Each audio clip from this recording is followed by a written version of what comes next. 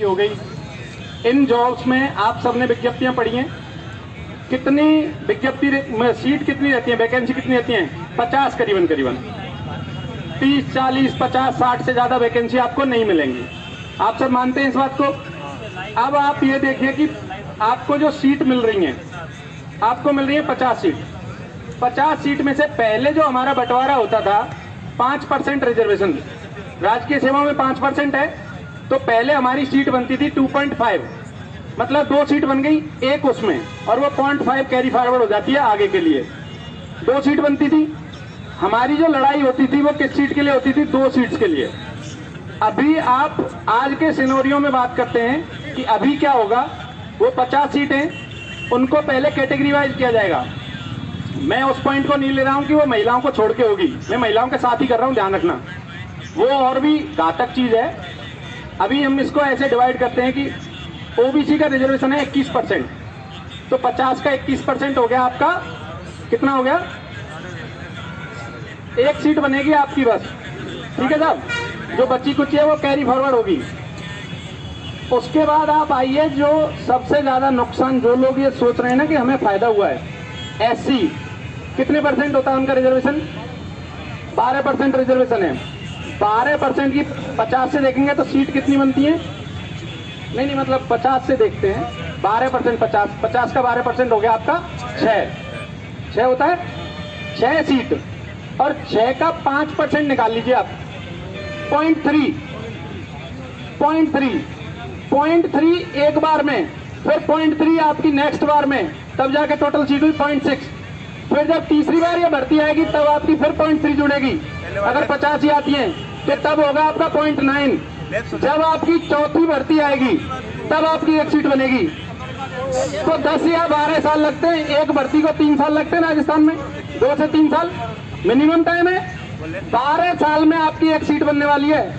जो लोग इस चीज को समझ नहीं रहे ना, कुछ भाइयों को गुमराह कर दिया गया है कि हमारी सीट बनेंगी, और ये रियल सिनारियो है। दूसरी चीज मैं बताता हूं, अभी बहुत सारे लोग, क्या होगा कि ऐसे रहेगा, सबका ही ऐसे रहेगा। एमबीसी तो शायद और भी नीचे चली जाएगी, एमबीसी तो और भी नीचे चली जाएगी, उनका कुछ भी नहीं बनेगा। आपके 30 साल हो जाएंगे जब पता चला करेगा कि 1 सीट आई है भाई इस बार एसडीएम के लिए, कुंभ का मेला लगा करेगा, ठीक है साहब। और इसके अलावा आप देखिए, अब जनरल की बात कर लेते हैं कि भाई ये बोल रहे हैं जनरल में, तो जनरल का, चलो जनरल की बात कर लेते हैं। जनरल में मान के चलिए 1.8 सीट बनेगी आपकी, तो एक बार में मिल गई, हमें 2 मिल गई। चलिए 2 पे बात कर लेते हैं, 2 सीट मिल गई। अब हो गया क्या? बाकी में 0 हो गया, और जनरल में हो गई 2 सीट।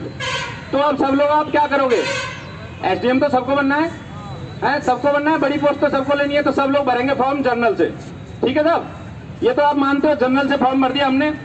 अब एक चीज मैं आपको बता देना चाहता हूं कि इस बार भी हमारे बंदों ने टॉप किया है, पूरा एग्जाम टॉप किया है। आप जर्नल एक्स सर्विसमैन हो, आप एग्जाम को टॉप कर दीजिए, आप एक्स सर्विसमैन की सीट लेके जाओगे। आपके 2 बंदे मान के चलिए टॉपर हो गए, पहले और दूसरे नंबर पे। बाकी के बंदे अगर ओबीसी में भी फॉल कर रहे होंगे, मेरी बात समझना अच्छी तरह से, 2 बंदे टॉप कर गए जनरल के, एक्स सर्विसमैन की सीट ले ली उन्होंने, एक्स सर्विसमैन का कोटा होगा नील। अब जो ओबीसी का टॉपर बंदा रहेगा एक्स सर्विसमैन का, वो हो सकता है कि ओबीसी की पूरी कट ऑफ से टॉपर हो, लेकिन वो अपनी ओबीसी में सीट नहीं ले पाएगा। क्यों? क्योंकि उसने भरा हुआ है जनरल, और वो ओबीसी में सीट नहीं लेगा। वो ओबीसी का टॉपर होते हुए सीट नहीं लेगा, चाहे वो पूरे स्टेट का टॉपर हो ओबीसी का, फिर भी सीट नहीं लेगा। वो उसको सीट नहीं मिलेगी क्योंकि उसने फॉर्म किस में भर दिया अपना? जनरल में। समझ रहे हो आप मेरी बात को? कहां जाके ये बात हिट करेगी, ये लोगों को समझ में नहीं आ रहा है कि हम लोगों को कितना बड़ा नुकसान हो रहा है। बड़ी भर्तियों में इतना नुकसान है, आप देख लीजिए 60% का सीधा नीचे आ रहा है। और कुछ लोग बोल रहे हैं कि ये पॉइंट को 1 कर देंगे। अच्छा चलिए ठीक है, बात करते हैं कि पॉइंट को 1 कैसे कर देंगे। पॉइंट को 1 कर देते हैं, 50 की फिर सीट कितनी हो जाएंगी? 54। उन 4 को कहां से देंगे ये? भाई मैथमेटिक्स भी कोई चीज होती है, वो 4 सीटें कहां से देंगे? आपकी भर्ती 50 पे एक्सटेंशन हुई है, तो ये कैसे दे देंगे उन 4 को? हमारी जो मांगे हैं वो यही है कि हमारी जो पहले 5 सीट बन रही थी उनको 5 करके दिखा दीजिए आप, या हमारी बात मान लीजिए कि ऐसे हो रहा है, हमें वर्टिकल दिलवा दीजिए, हमें कोई फर्क नहीं पड़ता है, हमें अलग कर दीजिए, हमें वर्टिकल दिलवा दीजिए। पर हमारा जो पहले सीट बन रहा था 100 में से 5% कोटा अगर राजकीय सेवा में है, 5 सीट बन रही है, उनको 5 कर दीजिए आज। किसी भी तरह से हमें 5 कर दीजिए, हम संतुष्ट हो जाएंगे। किसी भाई को इससे कोई प्रॉब्लम नहीं होगी शायद। 5 सीट कर दीजिए हमारी, तो हम मान जाएंगे। लेकिन वो 5 करके दिखाइए कि 5 कैसे हो सकती हैं। और ये कोई नहीं कर सकता है, आपको कोई भी करके नहीं देगा। ये 5 सीट कोई भी करके नहीं देगा। ये बांट दिया गया है। ये जो राजनीति खेली गई है, ट्विटर पे हम लोग कुछ एक कमेंट किया था एक भाई ने। हाँ, उन्होंने बोला था कि फौजी जब लगते हैं तो 10वीं 12वीं से लग जाते हैं और इनके पास कोई डिग्रियां नहीं होती हैं। ये आते हैं और यहाँ आके इन्हें कोटा चाहिए होता है। पेंशन से इनको फर्क नहीं पड़ रहा है, इनका पेट नहीं भर रहा है। किसी बड़े राजनेता ने भी ये बात बोली बताई कि पेंशन से आपका पेट नहीं भरता है क्या? आप ये देखिए कि एक आप सारे लोगों को पता है, एक फौज, आप सब लोग वो हो जो 90s के किड हो, ज्यादातर 90s वाले हैं। आपकी पढ़ाई अच्छी तरह से हुई है। मुझे एक बात बताइए, आप लोगों के टाइम पे नेवी, एयरफोर्स या फिर आर्मी कॉल लेटर आते थे नेवी एयरफोर्स में और आर्मी में रहती थी पहले फिजिकल। आप ये बताइए कितनी % वालों के कॉल लेटर लौटते थे? आप में से सारे ऐसे होंगे जो 80% वाले होंगे या उससे ऊपर होंगे। नीचे वाले तो नहीं होंगे, बहुत कम होंगे, किसी किसी का आया होगा। और मैं ये भी दावे के साथ कह सकता हूं कि आप सब में से सारे लोग वो होंगे जो अपने स्कूल, गली, मोहल्ले के टॉपर हैं, जो अपने अपने एरिया के टॉपर रहे होंगे, अपने स्कूलों के टॉप करने वाले लोग हैं जो कि नेवी में गए। ये बात सब मानते हैं? सारे लोग वही आ रहे हैं। और भाई, इन्होंने कहीं कोई कॉलेज में पढ़ाई नहीं की है, फिर भी ये आके आप लोगों को पीछे कर रहे हैं। ये फिर भी आप लोगों को पीछे कर रहे हैं। तो बात ये मैं कहना चाहता हूं कि इन लोगों को इससे प्रॉब्लम हो रही है कि ये लोग मुख्य धारा में आ रहे हैं। पहले आप लोग लगते नहीं थे। पहले सारे लोग क्या है, छोटी मोटी जॉब करते थे, फिर बैंक में करने लग गए। अब जब से ये फर्स्ट ग्रेड में और इनमें जॉब लेने लगे ना, तब से सब लोगों को ये प्रॉब्लम होने लगी कि एक्स सर्विसमैन इतना ऊपर हमारे साथ कंधे से कंधा मिला के क्यों चल रहा है। और यही मेन मुद्दा है, इसीलिए इस आरक्षण को पूरी तरह से खत्म किया गया है। आप देख लीजिए कि जो 12% वाली हैं उनमें कुछ ना कुछ सीटें बनेंगी, लेकिन 5% वाले में ये कोई सीट नहीं बनेगी। और ये बात मैं बोल देता हूँ, फौज में जाना तो सब लोग चाहते हैं। आज भी गाँव में जो लड़का 10वीं पास कर लेता है, उसका सपना होता है कि किसी तरह फौज में भर्ती हो जाए। 10वीं या 12वीं पास कर लेता है, लेकिन लगते कितने लोग हैं? कितने लोग लगते हैं? 700 में से 3 को लेते थे जोधपुर सेंटर पे। 700 का पेपर होता है, 3 बंदे क्वालिफाई होते थे बस। आर्मी जाट रेजिमेंट बरेली में जाके देख लीजिए, दौड़ लगती है 1000 लोगों की, 3 बंदों से तो रस्सा खींचते थे 3 बंदों पे।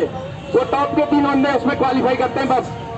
तो आप ये सोचिए कि ये जो लोग हैं, ये सारे बैठे हुए हैं, ये उस तरह के फिट हैं जो मेंटली फिट थे और जो फिजिकली फिट थे। फौज में ऐसे ही नहीं जाया जाता है। फौज में जो लोग गए हैं वो बहुत अच्छी तरह से फिट थे, उनकी मेंटल कंडीशन अच्छी थी, उनकी फिजिकल कंडीशन अच्छी थी, तब वो भर्ती हुए हैं। हम लोग जब भर्ती होते हैं तो सबके लिए समान अवसर होता है। किसी भी जाति वर्ग का कोई बंटवारा नहीं होता है। किसी भी जाति का, किसी भी वर्ग का बंदा उसमें भर्ती हो सकता है फौज में। हमारी जाति कहीं नहीं पूछी जाती है। जब हमको भर्ती होने के समान अवसर हैं, तो जब हम लौट के आ रहे हैं, एक्स सर्विसमैन हो रहे हैं, तब हमको क्यों बांटा जा रहा है? तब भी हमारे अवसर समान ही रहने दो। हमें बांटने की जरूरत क्या पड़ रही है? डिस्चार्ज बुक मिलती है, हम लोगों को बुक मिलती है, डिस्चार्ज बुक सबको पता है। हमारे रिकॉर्ड शीट होते हैं, बैलेंस कई सारी वो रहती है, हमारी डॉक्यूमेंट्स रहते हैं। हमारे बालों का भी कलर लिखा रहता है उसमें कि हमारे बाल ग्रे हैं, काले हैं। हमारी आंखों का कलर लिखा रहता है उसमें, धर्म लिखा रहता है उसमें, आपकी हाइट कितनी है, आप चेस्ट कितनी फुला सकते हो, ये लिखा रहता है। एक चीज नहीं लिखी रहती है, और वो होती है हमारी जाति। हमारी जाति कहीं भी नहीं लिखी रही होती है। कितने सारे लोग हैं जो यहाँ पे आपके बैचियों को ये भी नहीं पता होगा कि इस बंदे की जाति क्या है।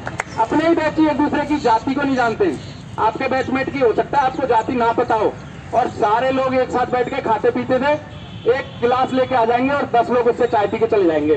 तो हम लोग जब वहां पे नहीं माने, जाति पाति छुआछूत हमने कुछ किया ही नहीं है, तो हमको यहाँ पे क्यों बांट रहे हैं? हमको मत बांटिए और हम इसमें खुश हैं। कोई भी एक्स सर्विसमैन ऐसा नहीं है जो इससे खुश नहीं है। कुछ लोगों को गुमराह किया गया था, उनको ये सपने दिखाए गए थे कि भाई अब तुम भी एसडीएम बनोगे, तो उनको आप ये कैलकुलेशन बता देना, जिनको अभी भी समझ में नहीं आई है कि वो किस तरह से एसडीएम बन जाएंगे। उनको एक कैलकुलेशन करके दिखा देना आप, और उनको समझ में आ जाएगा कि वो कैसे, जो ये बड़े लोग, बड़े पदों की भर्तियां हैं, उनको पूरी तरह से खत्म कर दिया गया है। ये भर्तियां पूरी तरह से खत्म हो जाएंगी। जय हिंद।